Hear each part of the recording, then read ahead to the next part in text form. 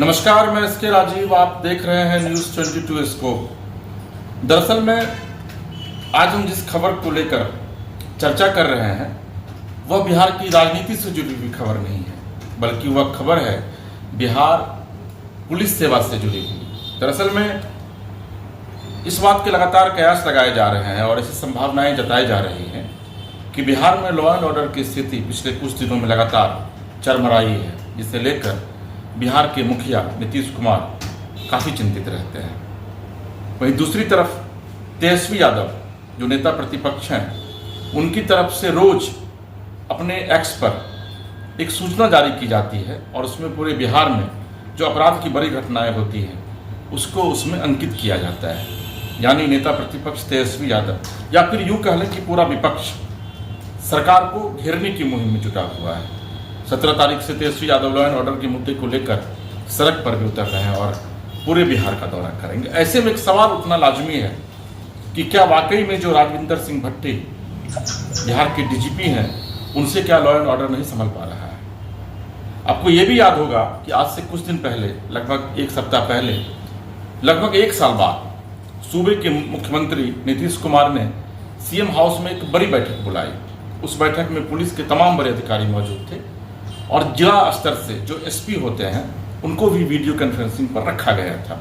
उनको एक टास्क दिया गया कि किसी भी कीमत पे अपराध को रोकना है। लेकिन उसके बाद पूर्णिया में लगभग 3 करोड़ से ज़्यादा की लूट होती है और राजधानी पटना में तो रोज हत्याओं का एक सिलसिला चल पड़ा है। विपक्ष अपनी जगह पर कायम है और अब सरकार की किरकिरी हो रही है। हालांकि जो चर्चा है उसके मुताबिक बिहार में डीजीपी को बदला जा सकता है। यानी कि अभी के जो डीजीपी साहब हैं, राजविंदर सिंह भट्टी साहब, पंजाब के मूल रूप से रहने वाले हैं और उनको सेंट्रल डिप्टेशन से बुलाया गया था। काफ़ी कड़क अधिकारी माने जाते थे। सिवान में जब शहाबुद्दीन का राज चलता था उस समय भट्टी साहब ने वहाँ शहाबुद्दीन जैसे नेता को सैंतने का काम किया था। लेकिन वही भट्टी साहब जब बिहार के डीजीपी बना कर लाए जाते हैं तो बिहार में लॉ एंड ऑर्डर की स्थिति गड़बड़ा जाती है, चरमरा जाती है। और विपक्ष अब ये कह रहा है कि भाई 1990 से 2005 के शासनकाल को आप याद मत कराइए, बल्कि अब याद कराइए आप 2005 से 2024 के शासनकाल को। आपको यह पता है कि जब नीतीश कुमार 2005 में मुख्यमंत्री बने थे तो उनकी सबसे बड़ी यूएसपी थी लॉ एंड ऑर्डर। और यही वजह है कि 2010 में जब फिर विधानसभा का चुनाव हुआ तो उस समय ओवर क्राउडेड मेजोरिटी एनडीए को मिली थी और आरजेडी सिर्फ 22 सीट पर सिमट गई थी। फिर आखिर ऐसा क्या हुआ कि नीतीश कुमार, जो कि खुद को सुशासन बाबू कहते हैं, सुशासन के प्रतीक माने जाते हैं, उनसे अब लॉ एंड ऑर्डर की स्थिति नहीं संभल पा रही है। और यही वजह है कि अब कुछ नामों की चर्चा जो है वह शुरू हो गई है और उस नाम में सबसे पहला नाम आ रहा है आलोक राज का। आलोक राज के विषय में आपको हम बता दें कि आलोक राज जो है वो 1989 कैडर के आईपीएस हैं और 31/12/2025 को ये रिटायर करेंगे। यानी कि अभी इनकी सेवा जो है वो लगभग 1 साल 5 महीने बची हुई है, 17 महीने बची हुई है। आपको एक चीज़ और बता दें कि जो राजविंदर सिंह जो भट्टी हैं, जो अभी डीजी हैं, बिहार के डीजीपी हैं, वो रिटायर कर रहे हैं 25 में, लेकिन वो आलोक राज से पहले रिटायर कर रहे हैं। उसके बाद जो दूसरा बड़ा, और आलोक राज के विषय में आपको बता दें कि आलोक राज बहुत ही सुलझे हुए व्यक्ति हैं। अभी विजिलेंस के डीजी हैं और इनके टेन्योर में विजिलेंस में काम भी बहुत अच्छा हो रहा है। काफ़ी घूसखोरी के मामले में जो अधिकारी हैं वो पकड़े जा रहे हैं। और दूसरा नाम जो आ रहा है वह है, बहुत करेक्ट लेडी हैं, शोभा अहोतकर, जिनका नाम आपने सुना होगा। शोभा अहोतकर मूल रूप से आंध्रा की रहने वाली हैं और उनके विषय में कहा जाता है कि वो दबंग लेडी हैं। यानी कि फिलहाल, हालांकि अभी जो है वो 30/6/2026 को, यानी कि आलोक राज के बाद शोभा अहोतकर जो है वो रिटायर करेंगी। और ये कहा जा रहा है कि शोभा अहोतकर किसी की बात नहीं सुनती हैं, किसी की पैरवी नहीं सुनती हैं।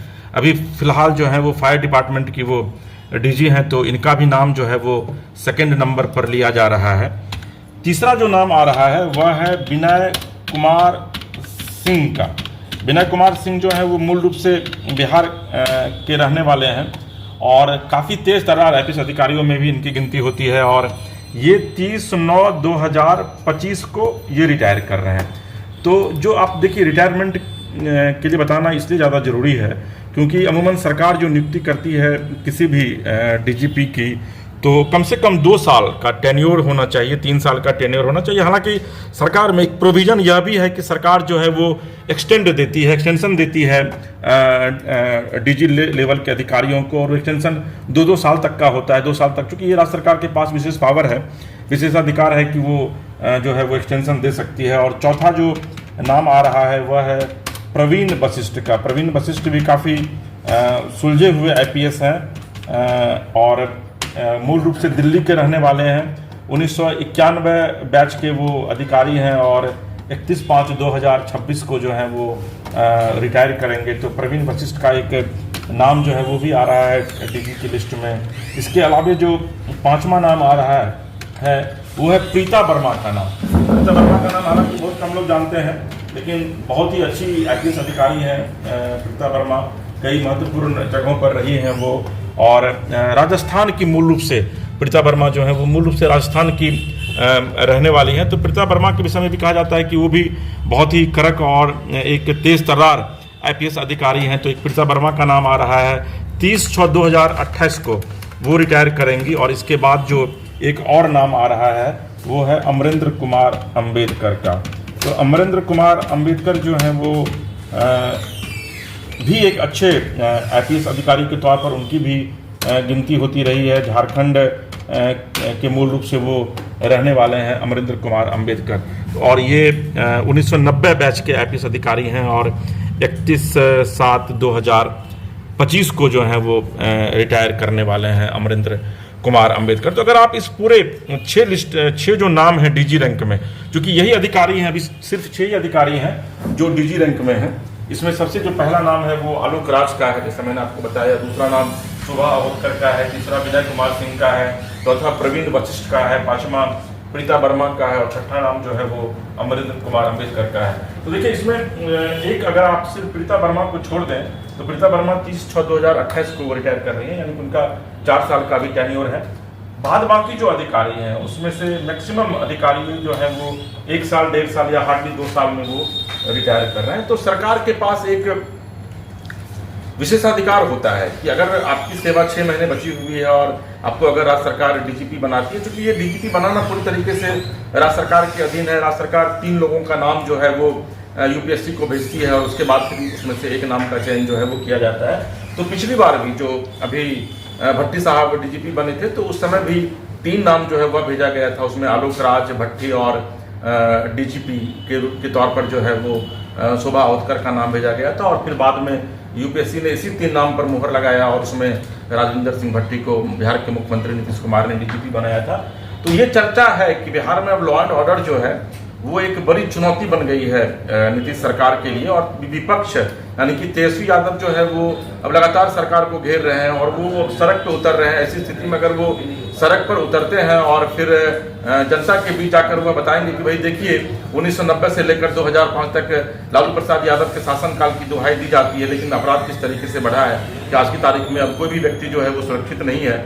तो फिर ऐसी स्थिति में नीतीश कुमार पर एक बड़ा दबाव जो है वह बन रहा है नीतीश सरकार पर। और हो सकता है कि आने वाले कुछ ही दिनों में, चंद दिनों में नीतीश सरकार एक बड़ा निर्णय ले और एक नए डीजीपी के तौर पर एक नया नाम, एक नया चेहरा जो है वह आपको बिहार में देखने को मिले। तो ये 6 नाम जो अभी आपको मैंने बताया कि ये 6 नाम जो है वो डीजी के तौर पर हैं बिहार में, जिनको कि डीजीपी बनाया जा सकता है। तो अब इसमें से कौन बिहार के डीजीपी बनेंगे, किसके हाथ में बिहार पुलिस की कमान होगी, इसके लिए थोड़ा आपको इंतजार करना पड़ेगा।